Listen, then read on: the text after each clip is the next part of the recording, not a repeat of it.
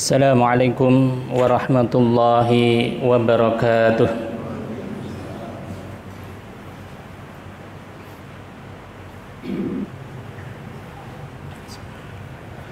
Alhamdulillah alladzi ja'ala ad-dina ribatan matinan baina qulubil mu'minin wa amara bi ittihadi wa ta'awuni wa nahaa anit tanazzu'i wa tafarruqi fi kitabih. Asyhadu an la ilaha illallah wahdahu la syarika lah wa asyhadu anna Muhammadan 'abduhu wa rasuluhu nabiyya ba'dah. Allahumma shalli wa sallim ala Muhammadin wa ala alihi wa sahbihi ajma'in. Qala Allah ta'ala fi kitabil karim, a'udzu billahi minasy syaithanir rajim. Fa aqim wajhaka lid-dini hanifan fitratallahi allati fataran nas 'alaiha la tabdila li khalqillah. Dzalikad dinul qayyim walakinna aktsaran nasi la ya'lamun.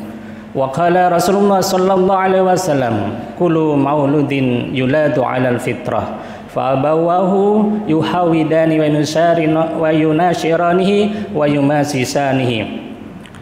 Fa ya ibadallah ittaqullah haqqa tuqatih wa la tamutunna illa wa antum muslimun. Pertama-tama, yang paling utama, marilah kita tidak melupakan untuk memanjatkan puji syukur kehadirat Allah Subhanahu wa taala, baik secara lisan maupun batin kita maupun amalan kita. Ketika kita bersyukur kepada Allah Subhanahu wa taala, maka tidak cukup dengan ucapan, tetapi adalah juga diiringi dengan keyakinan, diiringi dengan amal soleh yang menjadi tuntunan Allah dan Rasul-Nya. Itulah sebenar-benar daripada bersyukur.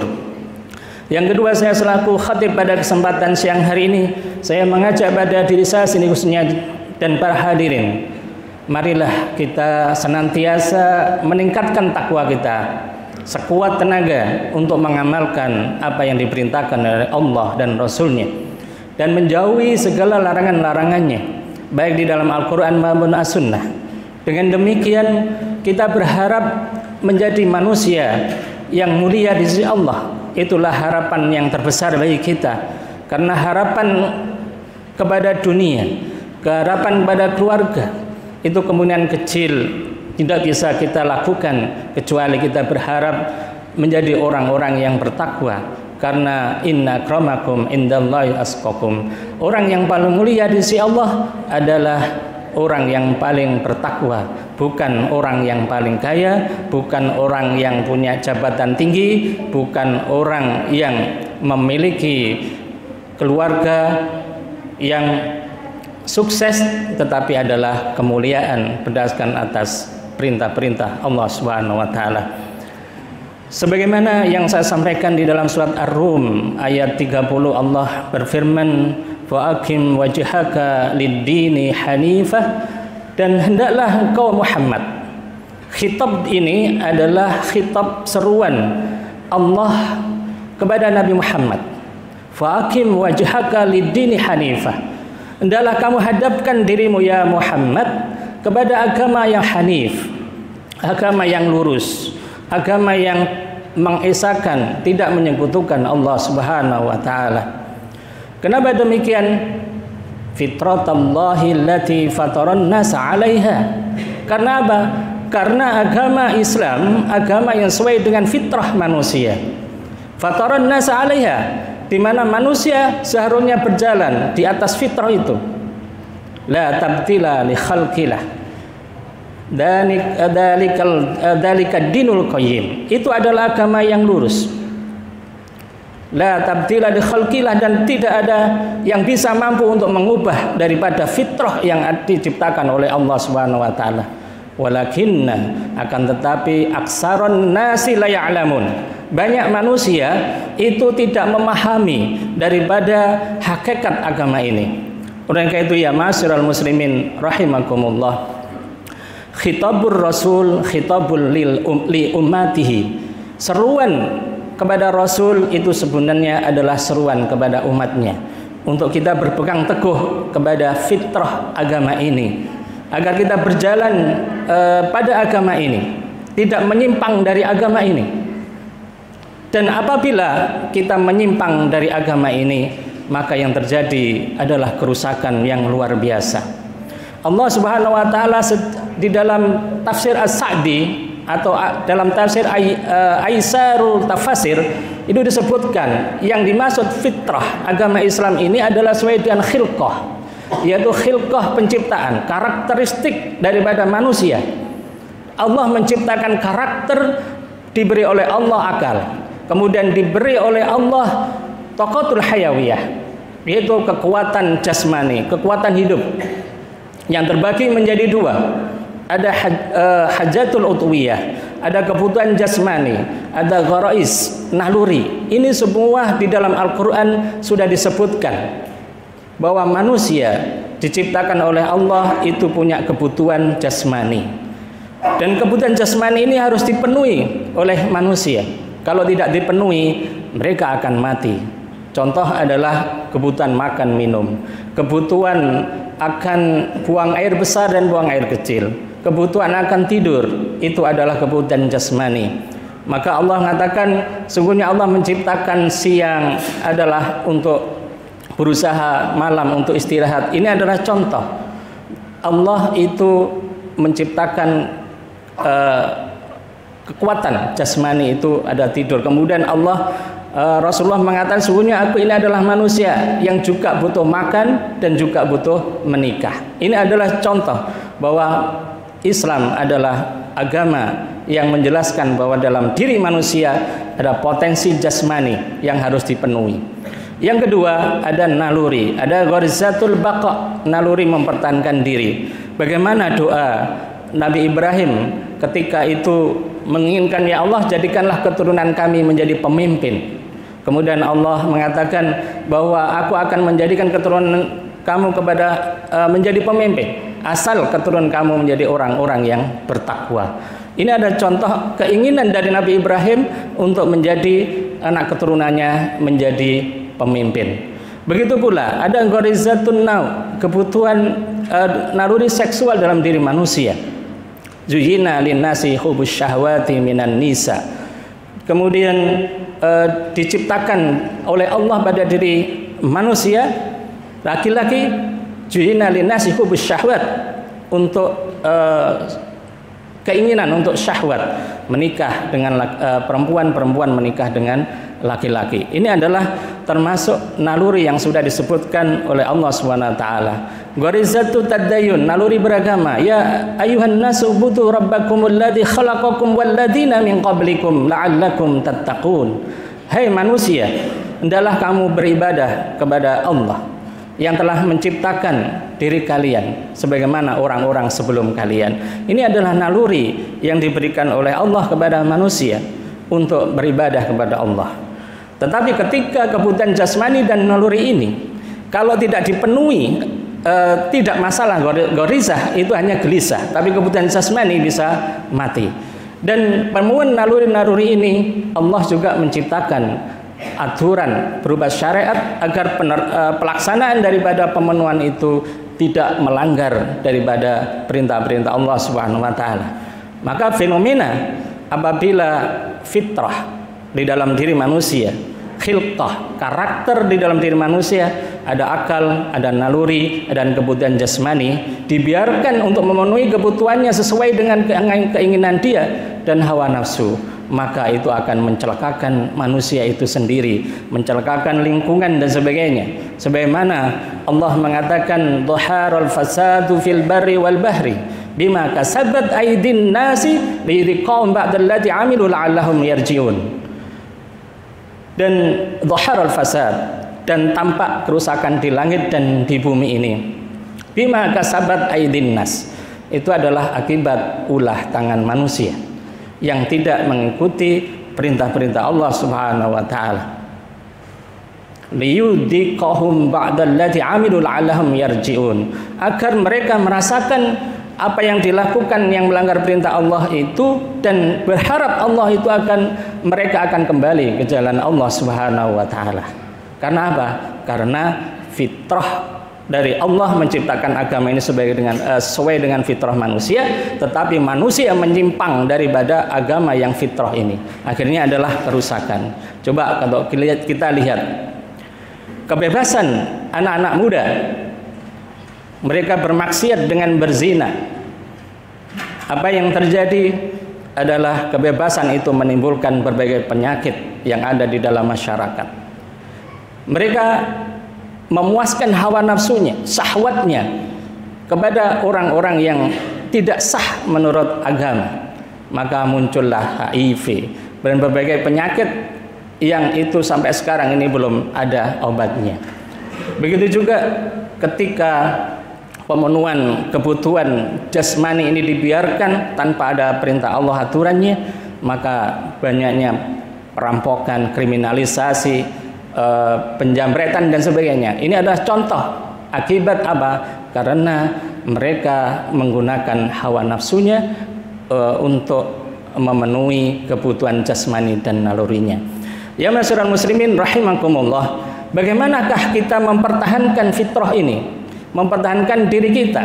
Di dalam buku Al-Imanu Yazidu wa Yankus itu disebutkan bahwa salah satu daripada sebab imannya turun itu adalah tidak memahami agama. Maka talabul ilmi faridatun ala kulli muslimin. Ini adalah yang pertama, agar fitrah kita sebagai manusia ini tetap berhubungan dengan perintah Allah dan Rasulnya adalah menuntut ilmu.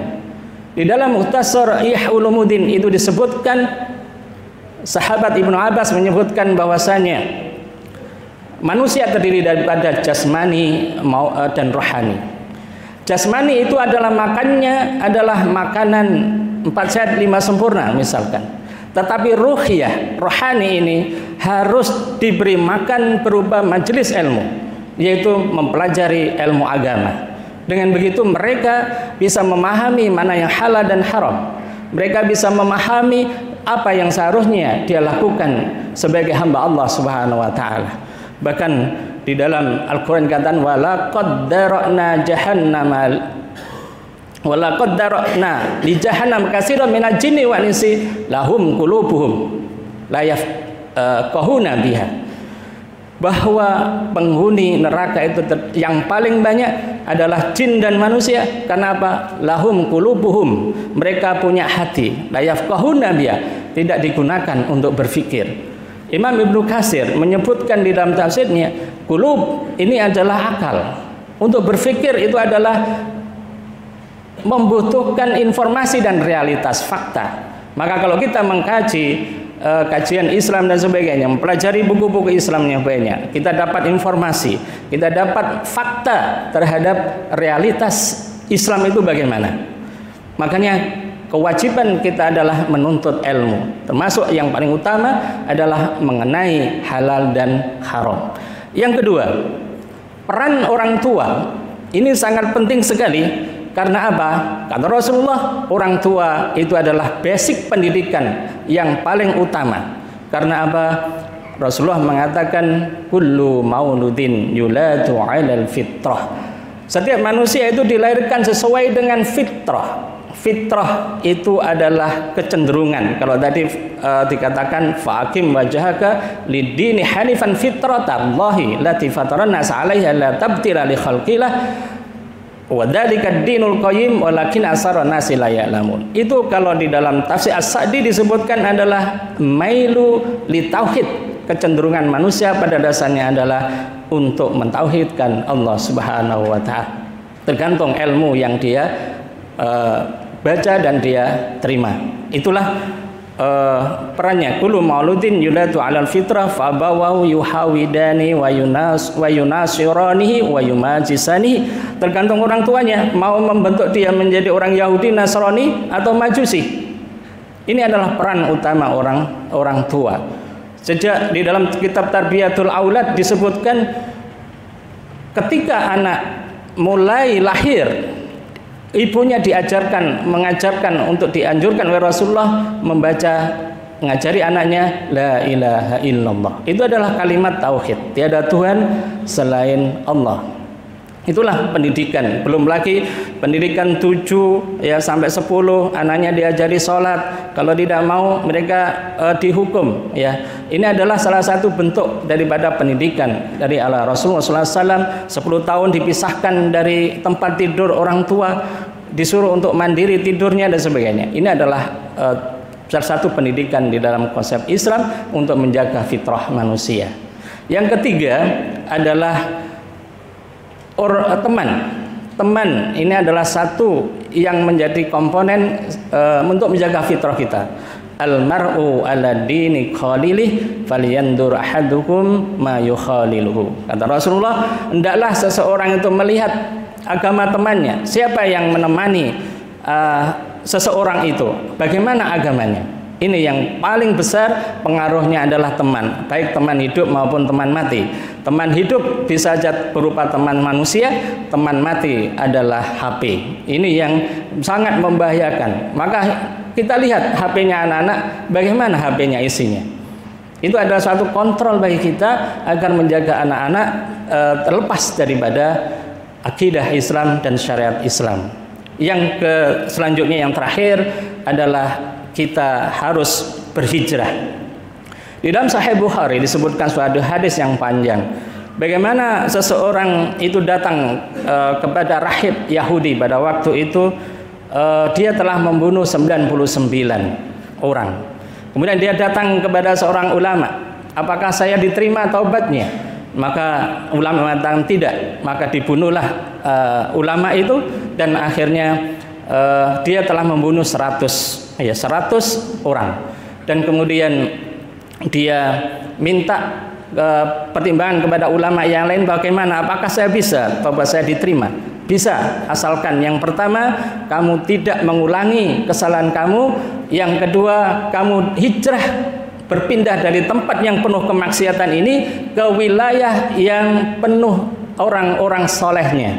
Akhirnya dipenuhi. Dan akhirnya di tengah perjalanan dia meninggal berebut antara malaikat neraka dan malaikat surga, dan datanglah malaikat rahmat untuk menengahi, dan akhirnya orang itu diukur oleh malaikat rahmat ternyata lebih dekat wilayah yang soleh dengan wilayah yang tempatnya dia dulu yang penuh maksiat, maka dia masuk surga.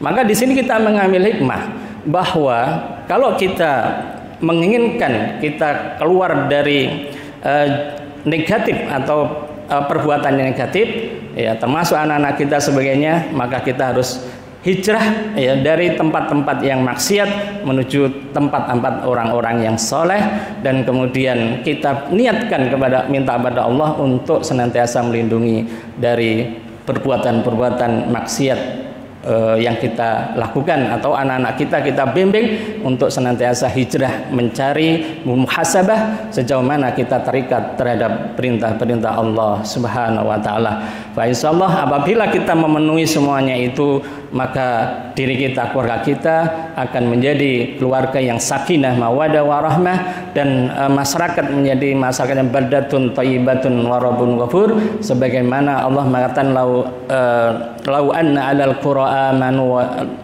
maka seandainya penduduk negeri-negeri mereka beriman, wattaqau, dan mereka bertakwa, la fatahna alaihim barakatim minas sama'i wal ardh, maka kami akan bukakan pintu-pintu keberkahan dari langit dan bumi. Walakin kadzabu bi ayatina, tapi mereka mendustakan ayat-ayat kami. Ini adalah apa yang sedikit yang bisa sampaikan. Semoga kita senantiasa menjaga fitrah kita ini dari Allah, dan cocoknya itu ya dengan perintah-perintah Allah dan Rasulnya. Kalau tidak, maka akan terjadi penyimpangan-penyimpangan dan kerusakan-kerusakan baik dalam diri kita maupun di dalam masyarakat. Barakallahu li wa lakum fil Qur'anil azim wa nafa'ani wa iyyakum bima fi minal ayati wa dzikril hakim. Taqabbalallahu minna wa minkum tilawatahu innahu was-sami'ul alim.